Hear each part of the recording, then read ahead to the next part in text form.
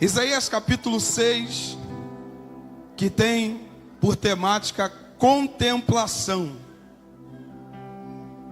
Diz assim: no ano em que o rei Uzias morreu, eu vi também o Senhor assentado sobre um trono alto e exaltado, e o seu séquito enchia o templo, ou a orla da sua veste, ou do seu vestido, dependendo da tradução, enchia o templo. Acima estavam os serafins, cada um tinha 6 asas, com 2 cobriam sua face, com 2 cobriam seus pés, com 2 voavam. E um clamava ao outro, dizendo: Santo, Santo, Santo é o Senhor dos exércitos, toda a terra está cheia da sua glória. E os umbrais da porta moveram-se à voz do que clamava, e a casa se encheu de fumaça. Então disse eu: ai de mim, porque eu estou arruinado, ou ai de mim que vou perecendo, porque sou um homem de lábios impuros e habito no meio de um povo de lábios impuros, ou impuros lábios, porque meus olhos têm visto o Rei. Repita comigo: os meus olhos viram o Rei, o Senhor dos exércitos. Então voou um dos serafins em minha direção, tendo uma brasa viva em sua mão, a qual ele tinha tirado do altar com uma tenaz. Verso 7. E ele colocou sobre a minha boca e disse: veja, isto tocou os teus lábios, e tua iniquidade é removida, o teu pecado purificado. Também ouvi a voz do Senhor dizendo: quem irei eu enviar? Ou a quem enviarei, dependendo da tradução. Quem irá por nós? E disse eu: então, aqui estou, eu, envia-me. E ele disse: vai e dize a este povo: ouvi vós de fato, porém não entendais, e vede vós de fato, mas não compreendais, ou compreendeis. Fecha os teus olhos.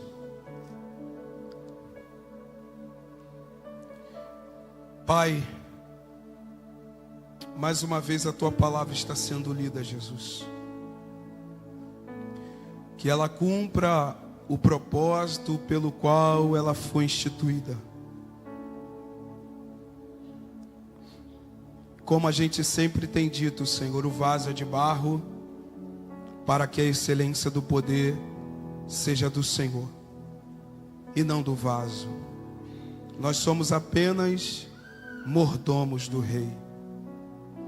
Ó Senhor, não permita que Satanás roube a palavra lançada em nossos corações, mas que o Senhor o repreenda, para a glória do teu nome. E quem concorda, diga amém. Graças a Deus.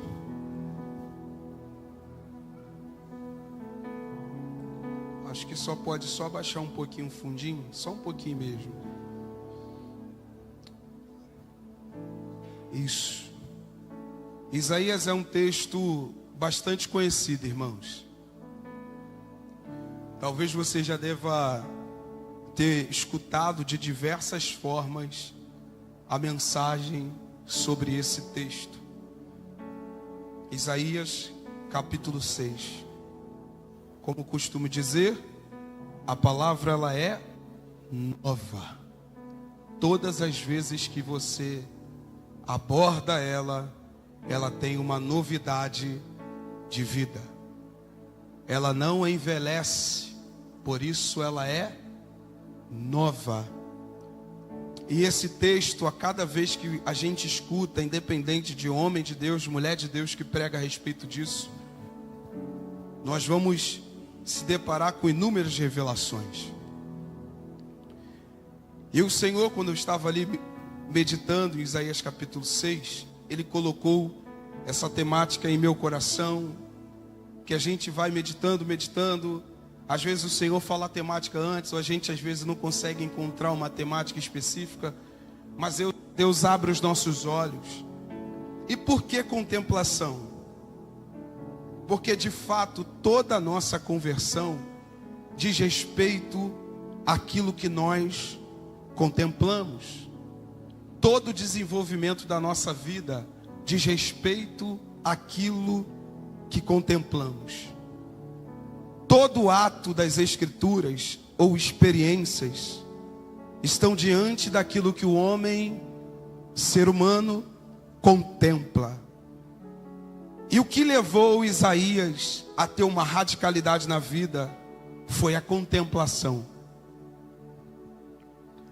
E quando a gente vai estudar um pouco a respeito do significado da vida dele, o significado da vida dele tinha a ver com o chamado dele. A Bíblia, ela sempre traz esses mistérios. Às vezes o nome da pessoa diz respeito ao ministério ou chamado que ele exerce. E o nome de Isaías nada mais é do que Jeová é salvação. Ou Deus é salvação. Isso diz respeito ao chamado de Isaías, porque ele foi levantado por Deus com a finalidade de que a salvação alcançar os perdidos. Quantos estão me ouvindo? Amém? Vamos lá. E a vida de Isaías é tão importante porque Isaías é tido como o profeta messiânico. Por que o profeta messiânico? Porque ele foi um dos homens, profetas de Deus, que mais profetizou sobre a vinda do Messias, chamado o Cristo. Nós conhecemos muito bem que Jesus é o Cristo que Isaías profetiza. Isaías deixa claro a vinda do profeta messiânico. O livro de Isaías é um dos livros do Antigo Testamento frequentemente citado no Novo.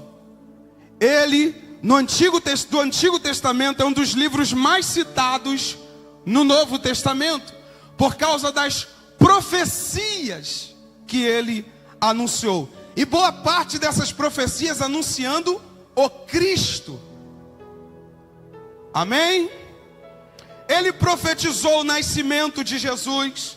Você vai ver isso em Isaías capítulo 7, verso 14. Ele também profetizou aquilo que Jesus utilizou como base. Isaías capítulo 61, verso 1. Eis que o Espírito do Senhor se cumpriu na vida de Jesus Cristo. O Espírito do Senhor está sobre mim. E ali ele abre Isaías. Naquele tempo não tinha capítulos nem versículos. Ele simplesmente abriu. Hoje temos capítulos e versículos, separação de antigo e novo. Mas naquele tempo eram pergaminhos antigos. Amém, irmãos? Algumas pessoas precisam entender que o Novo Testamento, para quem estava vivendo, não havia nas mãos o Novo Testamento. O que eles tinham era o Antigo Testamento. O Novo Testamento veio a ser compilado anos depois. E quando Jesus ele abre o pergaminho da profecia de Isaías. O Espírito do Senhor está sobre mim. Uma outra coisa, ele declarou os sofrimentos de Jesus. Isaías 53, onde ele fala que ele era um homem experimentado nos trabalhos. Ninguém olhava para a face dele e via alguma coisa para estar perto. Antes os olhos se extraviavam dele. Então Isaías profetizou bastante a respeito de Cristo Jesus. Seu ministério foi evidenciado durante os reinados de Uzias, Jotão e Acasias, reis de Judá. Esse é o período que se resume a trajetória de Isaías. Como Isaías morre também é interessante. Lembrando que isso são bases de teoria cultural daquele tempo. Há alguns teólogos e escritores que dizem que Isaías, no tempo em que Manassés reinava, ele foge de Manassés, ele é encontrado e ele é cerrado ao meio dentro de um tronco. Não metade, mas cerrado ao meio, da cabeça aos pés, cerrado ao meio. Mas isso é o dizer. Há quem diga que ele morreu desta maneira, e que vão dizer que isso tem um respaldo naquilo que Hebreus vai dizer, que alguns homens morreram apedrejados e outros vieram a ser cerrados ao meio. Aí há quem diga que o texto de Hebreus está fazendo uma média com a experiência da morte de Isaías. Quantos estão me ouvindo? Diga amém. Glória a Deus. Esse é Isaías. Qual é o contexto que Isaías está vivenciando? O contexto de Isaías é bastante importante para a gente entender o porquê de contemplação. Era um chamado profético, e aquele cenário, aquele contexto histórico ali, cultural, social, era decadente. A política aí estava indo de mal a pior. A questão das leis estava indo de mal a pior. A sociedade cultural do cenário de Isaías estava em decadência. Repita comigo: Isaías se encontrava no meio de um colapso.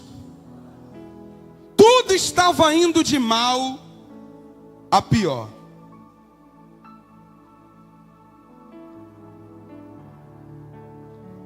Tudo estava indo de mal a pior. Israel, nesse contexto, decadência. A política, a religião em si daquele tempo, tudo estava decadente, se desfiando. A impiedade estava reinando.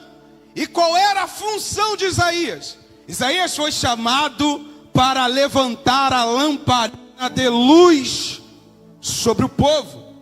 Isaías foi levantado para advertir o povo. Cá entre nós, irmãos, nós carecemos de homens e mulheres inspirados como esses profetas do Antigo Testamento. Homens e mulheres inspirados que não vão ter vergonha de dizer que pecado continua sendo pecado. Homens e mulheres que não vão negociar para não perder a promoção ou os lugares nos púlpitos congregacionais. Nós carecemos de homens que se levantem como Isaías, Jeremias, Elias, João, o Batista. Nós carecemos porque esses homens refletem na virilidade da voz de Deus. Porque estão romantizando demais a fala do nosso Deus, transformando a imagem do nosso Deus num Deus melancólico, que não corrige, que não fala, que não adverte. Mas quando nós olhamos, e graças a Deus, olhamos os profetas do Antigo Testamento e lembramos: Deus é viril, Deus corrige, Deus adverte, Deus não é cúmplice do mal, Deus não é complacente com o pecado da humanidade, Ele é viril. Amém? Então esse é o contexto que Isaías está vivendo. Fala para o teu irmão: naquele tempo já não cheirava nada bem. E qual eram os sinais que definem isso? Agora a gente cai para o campo religioso, práticas dos sacerdotes. Deus não suportava os holocaustos e as gorduras dos animais. Onde isso acontecia? No meio dos ímpios? Onde isso acontecia? No meio dos justos. Ali não tinha ainda o nome cristão. Ali era povo de Deus ou ímpio, justo ou ímpio. Nesse tempo hoje que a gente vive, existem os cristãos. Mas naquele tempo, no lugar dos justos, Deus estava enojado. Ele diz, não suporto, isso está lá no capítulo 1. Não suporto o quê? Holocaustos e gorduras de animais. O holocausto era praticamente a expiação do pecado. Quando o novilho ia para fazer a expiação do pecado, ele era degolado, o sangue dele era aspergido sobre o altar do holocausto, e a partir disso, fazia-se expiação do pecado. Quando Deus diz, não suporto mais as ofertas em holocausto, Deus está indignado, porque o animal era sacrificado, e o pecado que acontecia, já não poderia acontecer mais, porque o sangue foi vertido no altar do holocausto. E uma vez que o animal, ele era degolado, acabou-se, fez a expiação.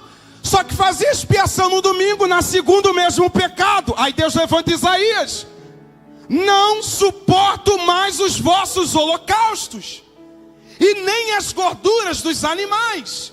As gorduras eram as melhores partes que eram entregues como primícia para Deus. Desde o tempo de Abel, Deus pegou a gordura e colocou um decreto: a gordura é só minha. Quando Deus diz, já não suporto mais as gorduras, Ele está dizendo, a melhor parte que cabia a Ele não tolerava mais. O melhor que os sacerdotes podiam dar, Deus já não queria. Será que a gente consegue entender a gravidade de que a gordura era a primícia para Deus? Imagina que você se arruma, prepara toda a tua primícia, apresenta para Deus, e Deus, eu não quero, não suporto. Porque a primícia está sendo entregue, mas o que condiz com a primícia é o estilo de vida que a gente tem diante de Deus. Você entrega a primícia do cominho, você entrega a primícia do coentro, você entrega a primícia das coisas que você faz do trabalho, você entrega a primícia no dízimo, mas quando Deus vai olhar para a vida, não condiz. Deus disse, levantando Isaías, ele fala com o povo, não suporto mais as gorduras. Se fosse hoje, não suporto nem o dízimo. Quantos estão me ouvindo, diga amém. Segundo, Deus não ouvia mais as orações do povo. Deus olha, vocês vão levantar as vossas mãos, e eu vou virar a minha face. Vocês vão multiplicar as orações, e eu não vou ouvi-las. Imagina nós fazermos tantas movimentações de oração aqui dentro da congregação. Em casa Deus olha e diz, eu não suporto a multiplicação das vossas orações. Fala para o teu irmão, era ruim ou não era? O tempo de Isaías. Ao ponto de Deus rejeitar até as orações do povo. Em resumo, para a gente não perder muito tempo aqui, Deus estava rejeitando o culto. Deus levantou Isaías para dizer, esse templo está sendo aberto em vão, porque eu não aceito nem mais as orações que eles fazem, nem os dízimos que chegam à casa do Senhor, se fosse contextualizado, nem as ofertas que chegam, e ainda que multipliquem as orações, eu já fechei os meus ouvidos. O que a Bíblia diz? Os ouvidos do Senhor não estão agravados para que Ele não possa ouvir. As mãos do Senhor não estão encurtadas para que Ele não possa alcançar. Talvez alguém entrou com dúvida. Por que Deus não ouve a oração? Por que Deus não alcança? Já que os ouvidos estão abertos e as mãos estão estendidas, por que Deus não alcança? Isaías responde, é por causa das vossas iniquidades que fazem separação entre vós e o vosso Deus.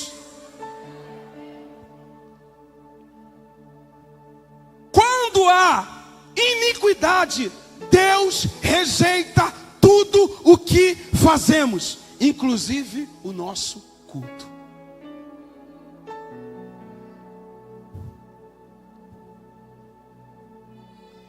Isaías 1, verso 21. Como se fez prostituta a cidade fiel. Justiça e retidão habitavam nela, mas agora homicidas. Como se fez. Não está dizendo que ela foi submetida, coagida pela nação pagã.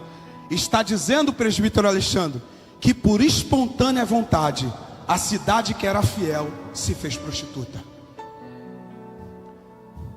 Existem muitos no nosso tempo que Satanás está aquém delas. Pessoas em geral. Satanás não precisa nem mais investir, porque a cidade que era fiel se fez prostituta. Tem coisas, irmãos, que Satanás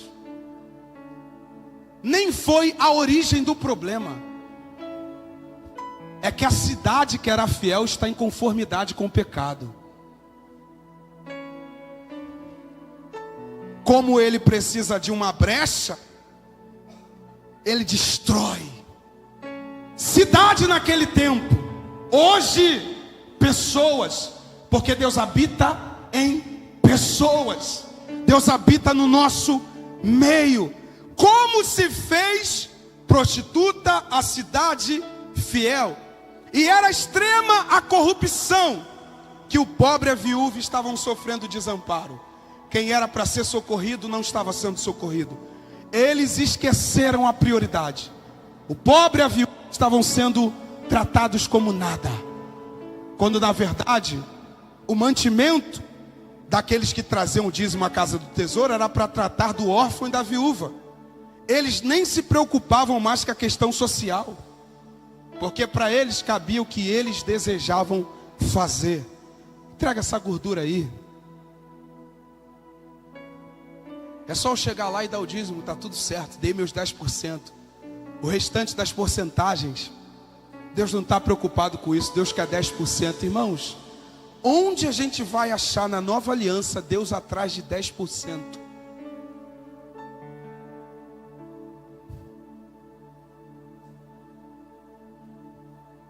Quando a gente vai analisar, Deus quer tudo.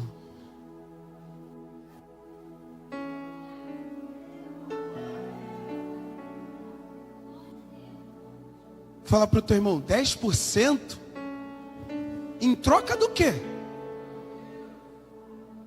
Uma vida perdida e 10% na casa do tesouro. Uma vida como eu quero e 10% na casa do tesouro. Faço com a minha boca o que eu bem entendo e 10% na casa do tesouro. Assisto o que eu quiser, onde eu quero e 10% na casa do tesouro. Ouço o que eu quero, o dia que eu quero, ando com quem eu quiser e dou meus 10%. Deus não quer isso de nós, Ele quer toda a nossa vida. Porque quando os sacerdotes começaram a deixar passar pequenos pecados, geraram grandes destruições. Os 10% é questão administrativa do templo. Quando se trata de Deus, Deus quer tudo. Então eu vou andar duro, Miqueias? Não, não é isso, irmão. Deus não está atrás do bolso das pessoas, Deus está atrás do coração de cada uma delas.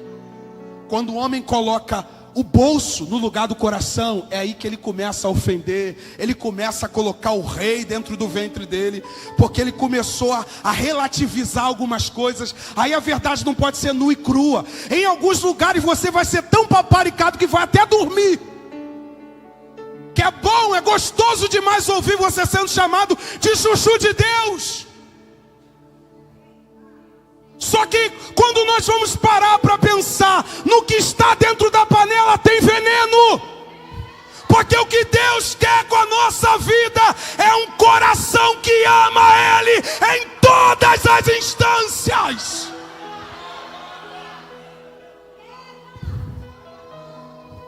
Aí tem alguns bobões aí da fé que fica brigando que 10% do quê? Deus não quer mesmo 10%, Deus quer 100% da tua alma, do teu corpo, do teu espírito, do teu ser. Tudo que você tem, bendiga ao santo nome de Deus.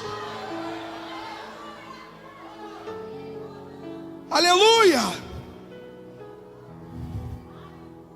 Parece até que Deus está querendo que a gente fique debatendo de 10, de 20, de 40, de 50.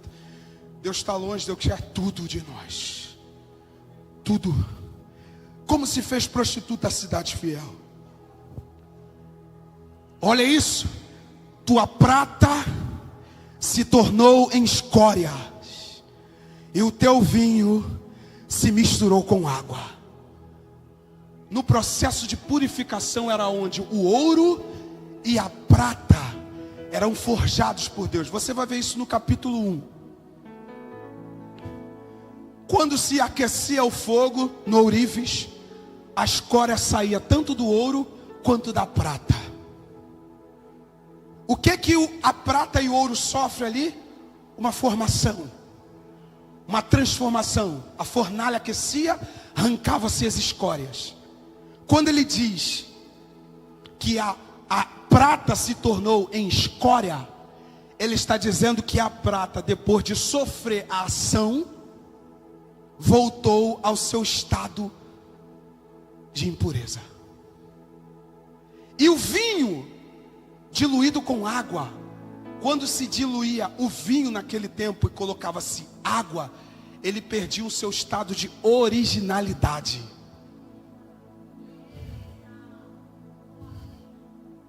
Era como se Deus estivesse falando para o seu povo: vocês já não são mais originais. A prata se tornou em escória, e o vinho está diluído. O que Deus está dizendo? O caráter foi corrompido. Mentira ocupou o lugar da verdade, impureza no lugar da pureza, corrupção no lugar da justiça. Fala para o teu irmão: está diferente de hoje? Eu olho para a politicagem desse século e parece que a prata se transformou em escória, e o vinho, numa representação positiva, está diluído. Tem mistura. Deus está levantando Isaías para denunciar. Eu estou vendo holocausto no altar, eu estou vendo gordura sendo entregue, eu estou vendo o culto acontecendo, mas a prata se tornou escória. Deus já não era mais prioridade. Canta do jeito que quer, fica do jeito que você quer, toca do jeito que você quer, faz o que você tem com a sua vida, faz o que você quiser. A mentira ocupou o lugar da verdade. Alguns homens estão com as suas, desculpa a fala, com as suas calças arriadas em público. Eram para serem homens de Deus, mas estão se posicionando como covardes. Porque quando perguntam diante do público: o que você pensa a esse respeito? Eu não tenho nada a dizer. A pessoa faz o que ela quiser. Negativo. Se você é um homem de Deus, o nosso respaldo é a palavra. Deus não trabalha com homens frouxos, com mulheres covardes.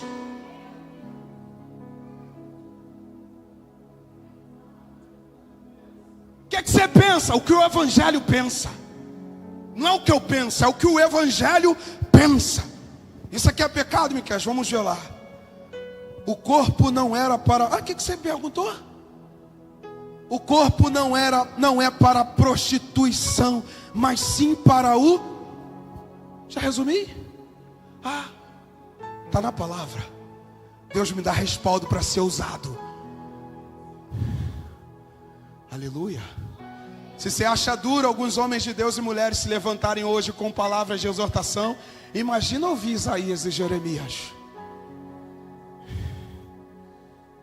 Meu Deus do céu. Teve um profeta lá que foi chamado de careca, e as crianças falaram: careca, ó careca, hoje nem você é fichinha. Mas naquele tempo o profeta olhou, amaldiçoou as crianças, veio a ursa, comeu todo mundo. Tá onde isso? Está na Bíblia. Hoje não existe mais isso não, irmão. Naquele tempo nem calvície estava batido, irmão. Se alguém zoasse alguém, era taxado de morrer na hora. Morria mesmo. Quantos estão me ouvindo? Diga amém. A partir de Isaías, versículo 4 do capítulo 1, a partir do verso 1 ao 4 do capítulo 6, perdão, Isaías, diante de todo esse cenário de sujeira, de corrupção, ele vai expor o que acontece com ele. Eu gostaria que vocês dessem muita atenção, porque a gente estava introduzindo o contexto de Isaías. Ele diz: no ano em que o rei Uzias morreu, eu vou tentar correr demais com isso aqui, eu vi também o Senhor assentado sobre um trono. Como é que era esse trono, Isaías? Alto e exaltado, alto e elevado, e a orla do seu manto enchia o templo. Aí o Senhor começa a compartilhar certas coisas aqui, irmãos. Não vem nada de nós.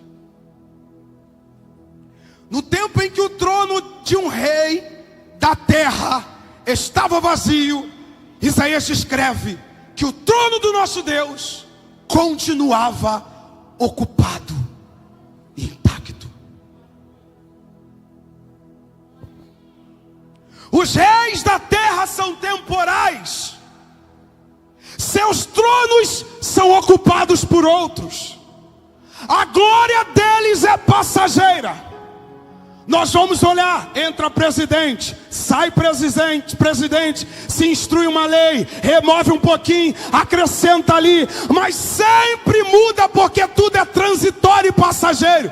Só que no meio daquilo que é transitório e passageiro, Isaías olha para o céu e vê que Deus é imutável. O altar ou o púlpito da presidência pode não ter um presidente, mas quando nós olharmos para o céu, veremos Deus num alto e elevado trono, assentado e regendo a face da terra. Num tempo onde a crise se instaura no século, Isaías escreve: eu vejo o Senhor. Você está vendo crise, eu olho para o céu, eu vejo o Senhor. Você está vendo pandemia, eu olho para o céu, eu vejo o Senhor. Você viu quem entrou? Saiu Bolsonaro, entrou Lula. Saiu Lula, pode entrar quem quiser. Eu olho para o alto, de onde me virá o socorro? Vem do céu. Aleluia. Aleluia! Aleluia! Aleluia! Vamos parar com essa covardia. O trono de Deus continua ocupado.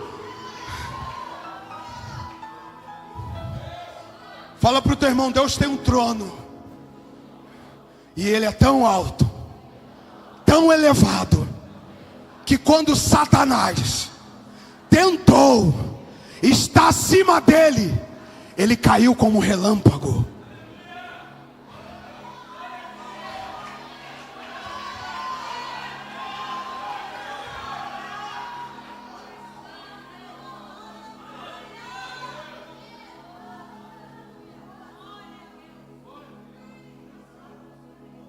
Fala para o teu irmão: é melhor se achar pequeno, alto é só ele.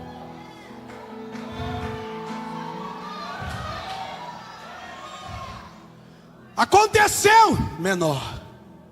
Não sou digno de desatar as alparcas dele. Tu és o Messias? Eu não, sou apenas o eco da voz que clama no deserto. Mas vem alguém aí que é maior do que eu. Eu não sou digno de desatar as alparcas dele. Ele vos batizará com Espírito Santo e com fogo. Ele traz em sua mão a pá, e ele vai arremessar a eira.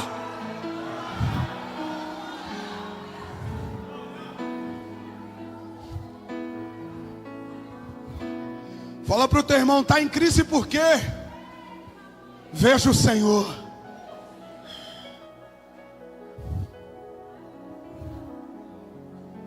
Olha a declaração, e a voz vai embora mesmo. vi o Senhor. Como eram as condições que a gente falou aqui? Sociais, culturais, políticas, não eram as melhores. Porém, ele viu a grandeza de Deus. Alguém consegue ver Deus num cenário como esse do século 21? Porque eu só ouço que está ruim e vai piorar. Não fica achando que as coisas vão ficar embelezadas, não. Vai piorar. Fica achando que, templo o quê? Para que isso? Para que aquilo? Vai vir um tempo pior.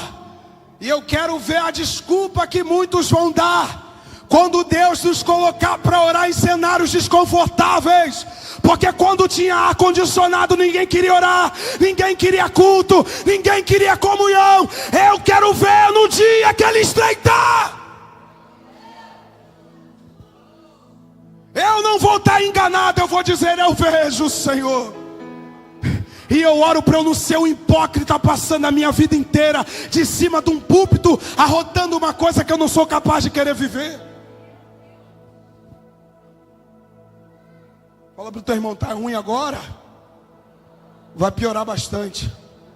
Porque a única coisa de bom que veio foi Jesus. E a única coisa que vai de boa para acontecer é ele voltar e levar a sua igreja. Os demais é bônus. Ore mais, busque mais, jejue mais, se consagre mais e aguarda a vinda do Filho do Rei. Porque ele virá. Ele virá.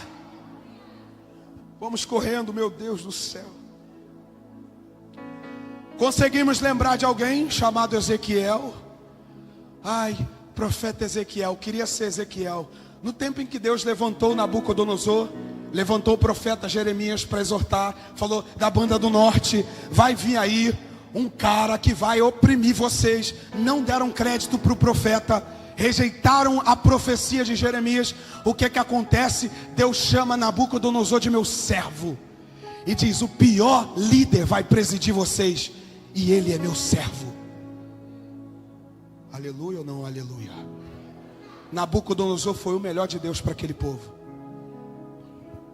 Não fez por onde merecer e quer escolher presidente. Toma, Nabucodonosor. Vocês vão ficar 70 anos no cativeiro babilônico. Aí na primeira deportação, ele foi a Jerusalém, sitiou, não destruiu, sitiou. Na segunda, sitiou, não destruiu. Depois ele destruiu. Quando ele leva Ananias, Misael, Azarias, leva Daniel e também Ezequiel. Era jovem. A Bíblia diz que Ezequiel estava no meio dos cativos. Ah, meu irmão. Jovens dessa casa, eles eram novos. Deviam ter as faixas ali de 24 para 25 anos. Eram novos. Se bobear, tinham até menos do que isso. Só que o texto de Ezequiel, se você for lá, vai descrever o que ele viu. Ele viu os céus abertos. Teve visões de Deus. Veio a ele a palavra do Senhor. E a mão do Senhor estava com ele. O que é que eu preciso num cenário desconfortável? Ver Deus. Porque o que eu tiver depois é bônus. O que importa é a mão de quem está sobre a minha cabeça. Isso aqui é profético, irmãos. Quem está gerenciando a tua vida no meio do caos?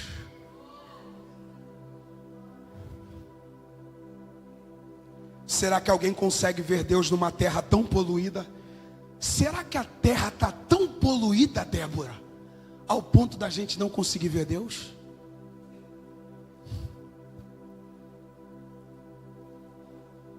Será que alguém consegue ver Deus numa terra inóspita? Será que alguém consegue ver Deus num cenário de podridão? Aí Deus colocou algo no meu coração. Não espere ver Deus em condições mais favoráveis, pois ao olhar para as Escrituras, conseguimos enxergar homens que viveram situações piores, sem dar desculpas. Não espere ver Deus em condições mais favoráveis, Pois ao olhar para as Escrituras, conseguimos enxergar homens que viveram situações piores sem dar desculpas. Agora os meus olhos estão se abrindo e eu vejo que nós estamos no melhor tempo para dar fruto.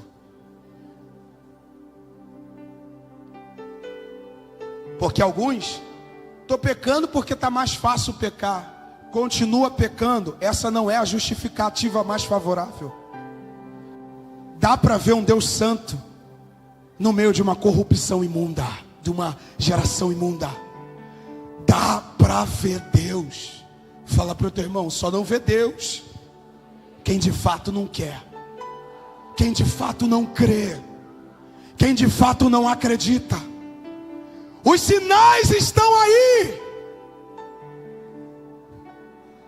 Uma das profecias fantásticas que se cumpriram uns 2 anos atrás é do que ia acontecer no Mar Morto. O mar, que era mar salgado, iria ter diversas fontes, bolonhas de água doce. Começaram a abrir um monte de crateras na borda do Mar Morto. Aí eu te pergunto, o que está acontecendo lá? Está tendo vida no lugar de morte. Plantações de tâmaras estão tendo ao redor da borda do Mar Morto. Está se cumprindo. O rio Eufrates se secando. Quantas profecias mais vão ter que acontecer para a gente crer que Jesus está às portas? Eu quero ver quando Deus pegar o coxo, quando Deus pegar o cego. Meu amigo e minha amiga, inúmeros vestígios já aconteceram.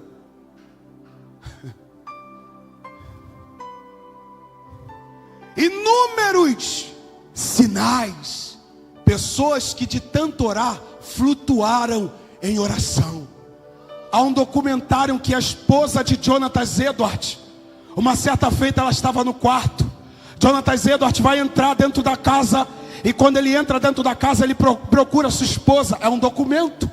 E ao procurar sua esposa, ele vai próximo do quarto. Quando ele abre a porta, sua esposa está flutuando em oração. John Knox morreu pedindo que Deus desse a Escócia para ele. Paralíticos já começaram a andar. Muitas manifestações já aconteceram e ainda acontece. A pergunta que não quer calar: quem tem visto o Senhor? Quem tem dado crédito à pregação? Algumas pessoas estão exigindo demais de Deus, mas não fizeram nada, nem por onde merecer. Todos nós se extraviamos, nós não podemos ser ousados em dizer: se Deus não fizer um coxo andar, eu não vou. Talvez Ele nunca faça, porque o maior sinal já veio. Cristo morreu pela tua alma.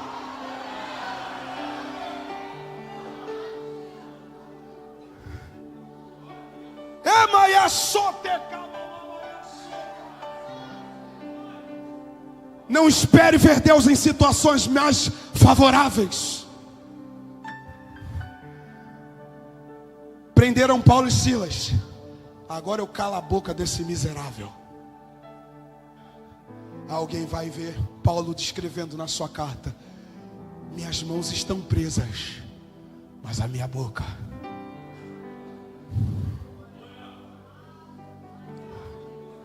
Eu estou amarrado num tronco, mas a minha boca.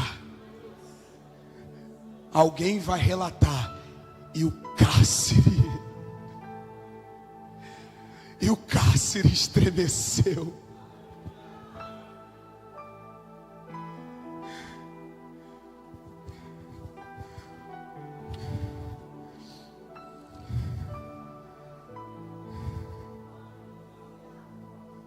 O que mais a gente tem que esperar, irmãos?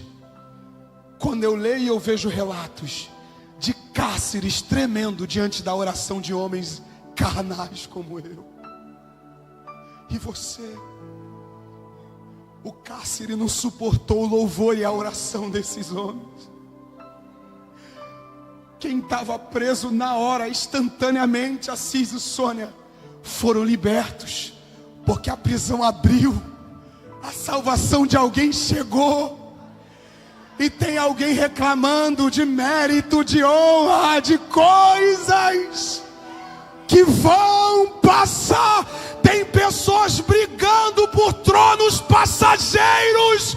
No céu não tem pastor, no céu não tem diácono. Todos se submetem a Ele.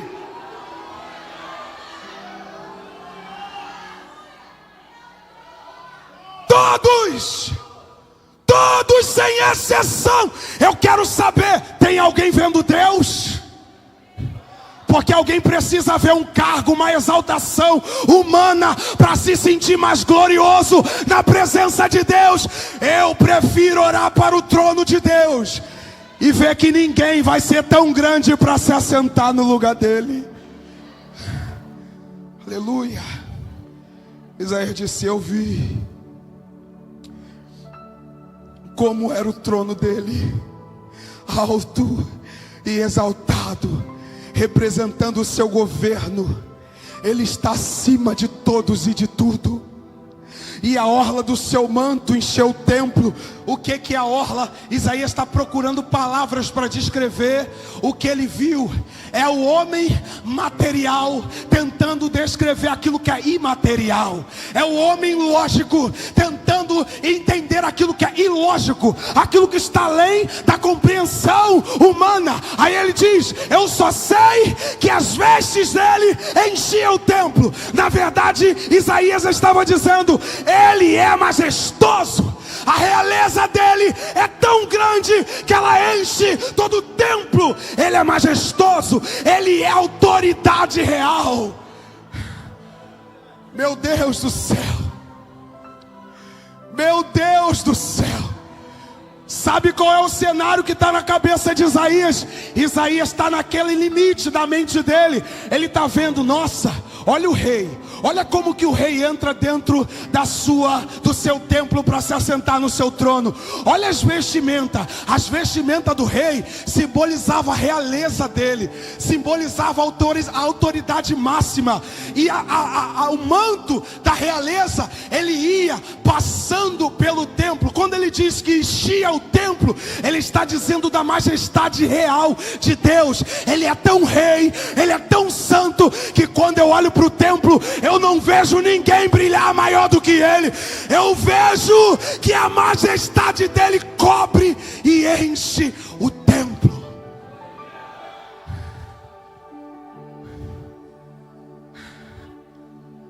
Eu não sei você, mas o meu espírito salta nesse lugar. Os anciãos estavam diante dele, olharam para a majestade, dobraram, pegaram suas coroas e arremessaram.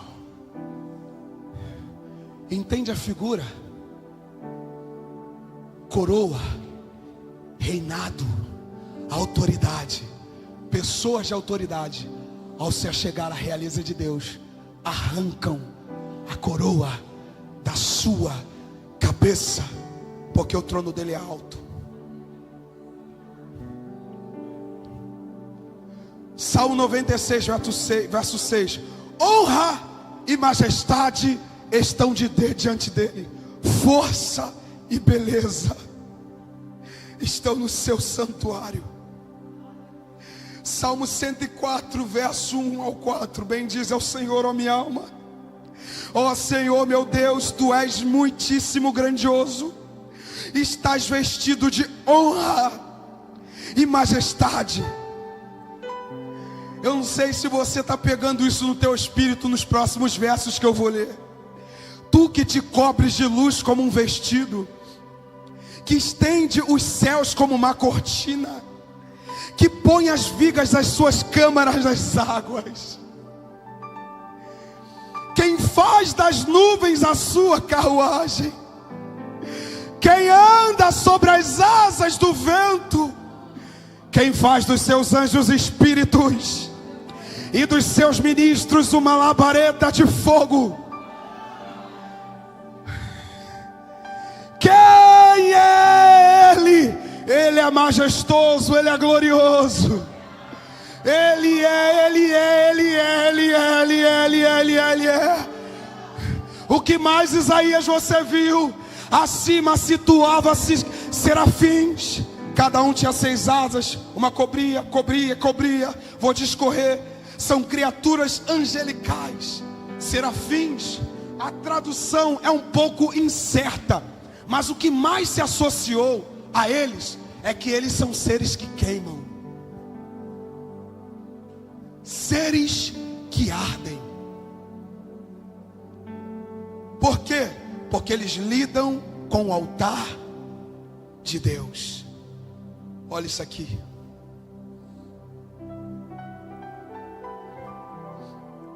Com 2 asas voavam, com 2 cobriam o rosto e os pés. Representa um sinal de reverência à divindade de Deus. Eles nem sequer conseguiam olhar para Ele. Aí Deus falando ao meu coração para compartilhar. Deus não depende de nós, irmãos. Deus conta, mas não depende. Fala para o teu irmão: Deus conta contigo, mas jamais Ele depende de você. O fato de Deus ser amoroso e ter íntima compaixão não faz dele um bobo da corte. Ele conta, mas não depende. O dia que eu bater o meu pé e não querer mais saber do evangelho, Ele vai dizer: você não quer? Eu tenho seres que queimam. Que todas as vezes eu olho para próximo do meu altar, brasas fumegando, e seres que queimem em volta deles, com as asas cobrindo o seu rosto. Eu não quero mais dar glória, eu não quero mais evangelho, eu não quero mais ser cristão. Existem seres que ardem no céu. O que é que somos nós? Isaías vai também descrever: o homem é como a erva do campo. A glória do homem é como a flor da erva, vai secar e vai passar, mas no céu tem serafins, seres que queimam e ardem na borda do altar de Deus. Deus não está dependente de adoração, porque no céu tem adoração de sobra.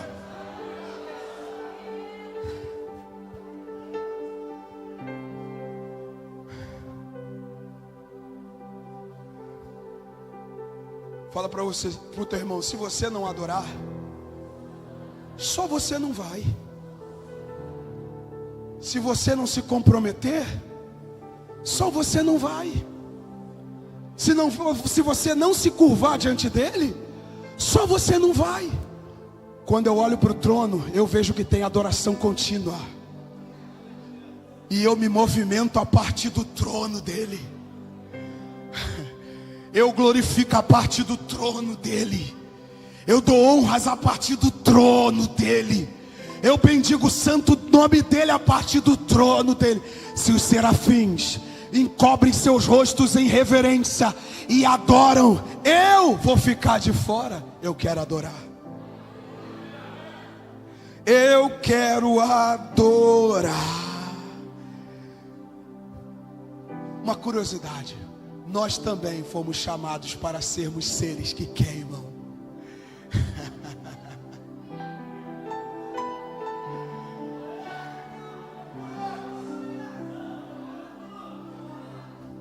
Você foi chamado para ser um ser que queima. Romanos 12: apresenteis os vossos corpos. Eu não vejo sacrifício fora de um altar fumegando. Eu vejo um sacrifício queimando o tempo inteiro.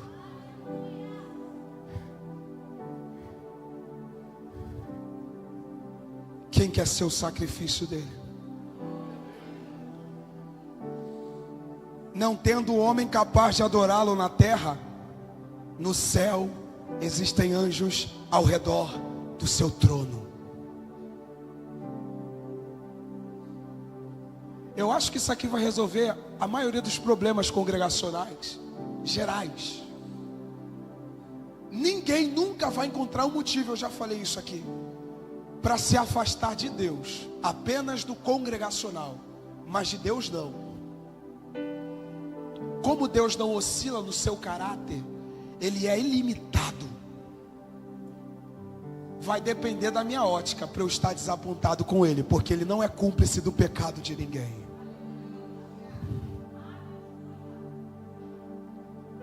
Ele é imutável. Verso 3 vai dizer que esses seres entoavam cânticos. Fala para o teu irmão, esses seres tinham louvor na boca.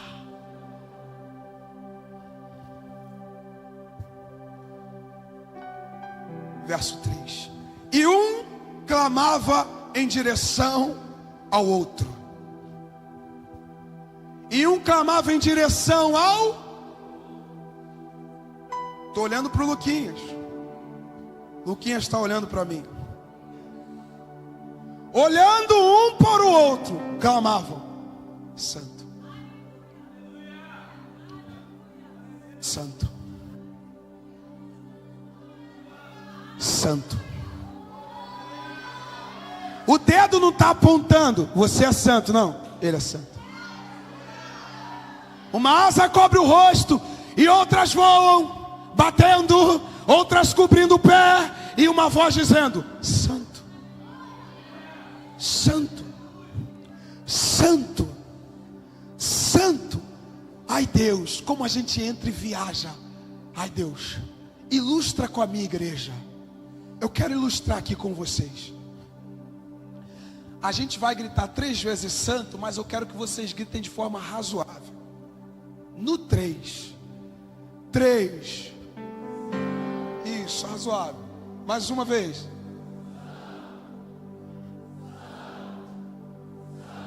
Tá bom. Parece que foi isso, né? Mas eu não imagino isso não para a multidão de serafins. Mas olha só, isso aqui não é presepada não, irmãos. Isso aqui é as escrituras sendo ilustrada. A gente tentando de forma limitada se encontrar na eternidade. Porque eu quero estar lá junto com os seres que queimam.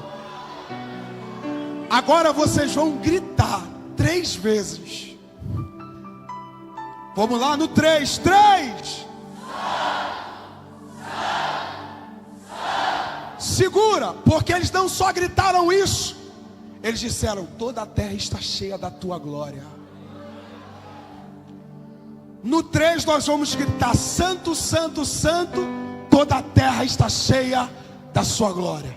3. Santo.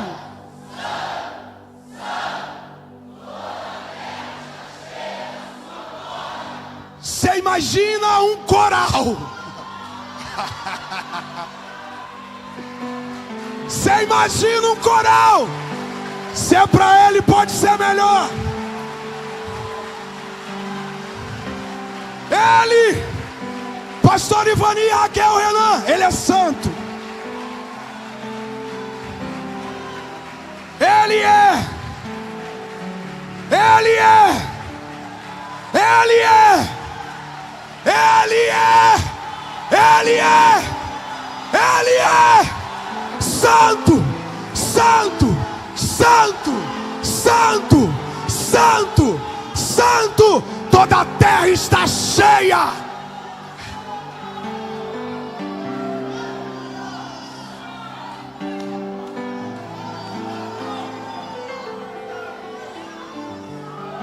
Toda a terra está cheia da sua glória. Eu olho para o Dionei e eu digo: ele é santo. Ele é santo.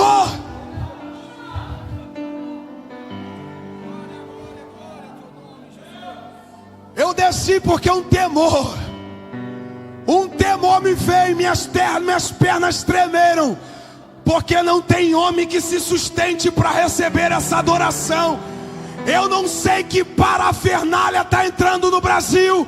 aonde o homem quer se colocar no trono, a igreja tem um dono, e Deus está no seu trono, assentado, aguardando a igreja casar com seu filho.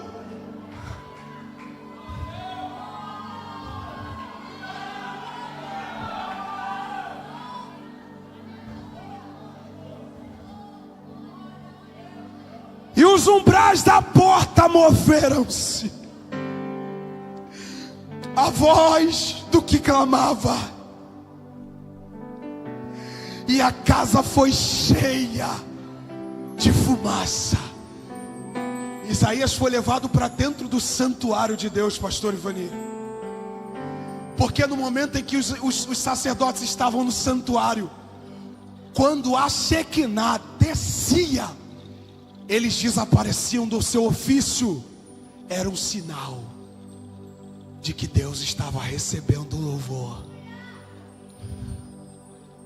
Pesou-se a presença.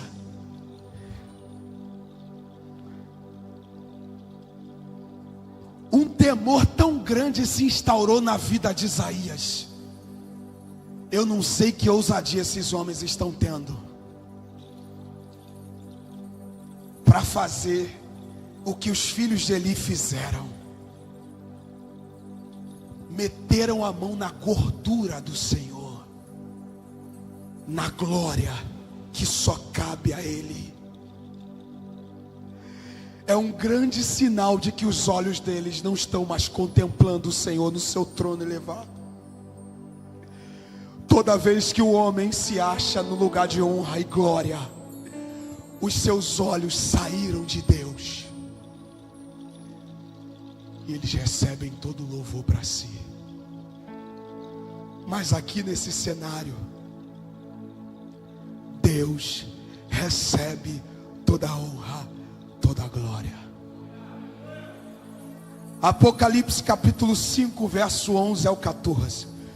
O ministério do louvor já se posicionou logo, né? Já viu o povo de pé, ligeiro. Mas dá uma segurada aí, fica aqui próximo mesmo. Apocalipse 5, é uma carta na manga isso aqui. Verso 11 ao 14.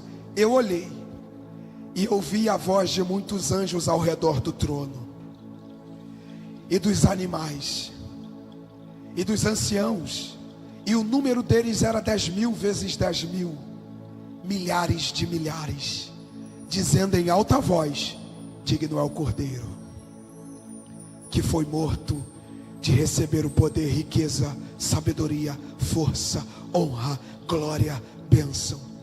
Cada criatura que está no céu e na terra e debaixo da terra, assim como os que estão no mar, tudo o que neles há,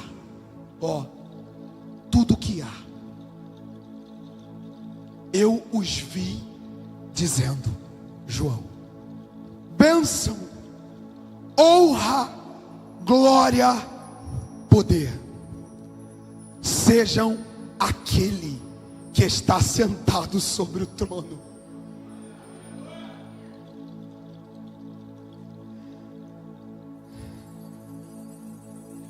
E ao Cordeiro, para sempre e sempre. E os 4 animais disseram, amém.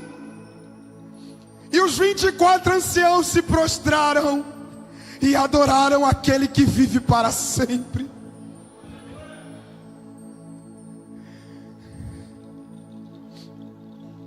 Isaías contemplou a grandeza de Deus. Não vai dar para a gente discorrer muita coisa, mas até aqui a gente já consegue compreender o que é contemplar. Quando ele ora para o cenário, santo, santo, santo, santo, e os umbrais da porta do templo tremendo, e a glória descendo. Quanto mais é santo, santo, a porta tremia dos umbrais, e a Shekinah descia, descia, descia, descia. Ele via que não parava o coral. Santo,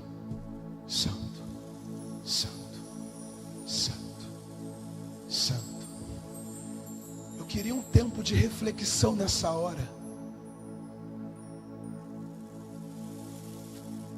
Ei, Pai.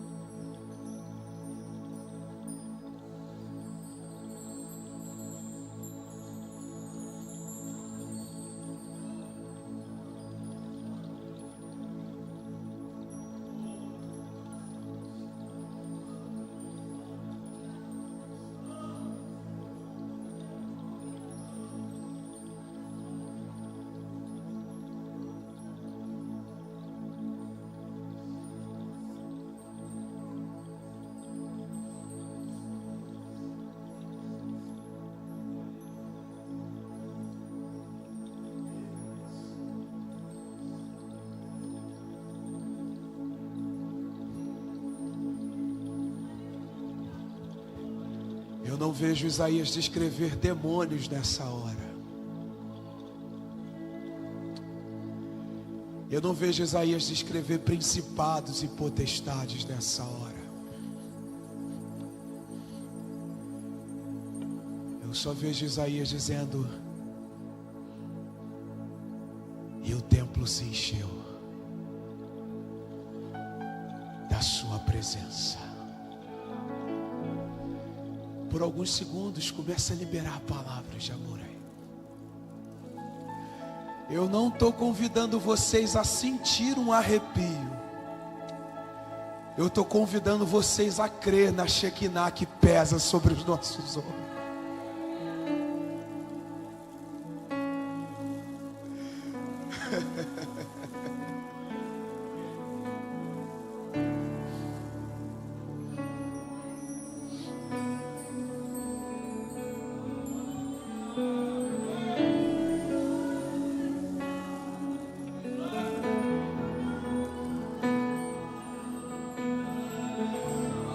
Minuto de concentração a Ele. A fumaça dele pesa sobre os nossos ombros.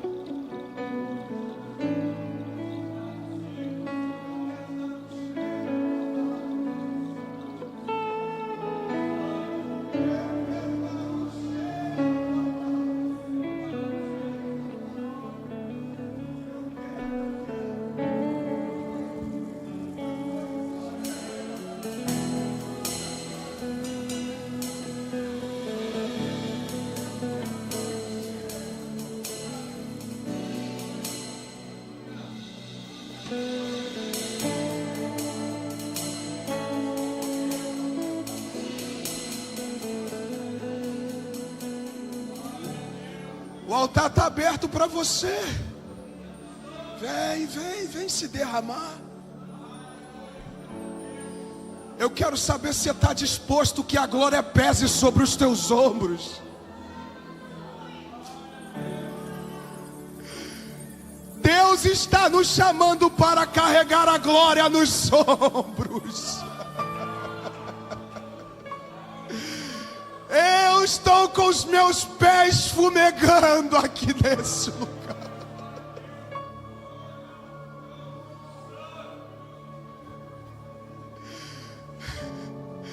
perceptível a nuvem no nosso meio. Eu não sei o que vai acontecer aqui. O homem faz planos, mas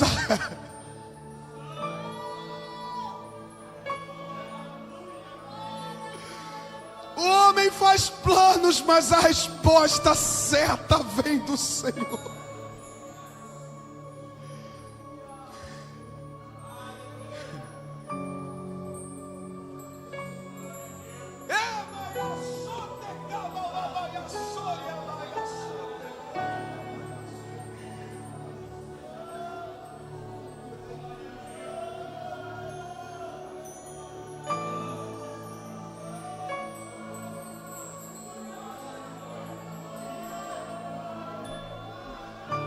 E eles diziam: Santo, Santo, Santo, toda a terra está cheia da sua glória.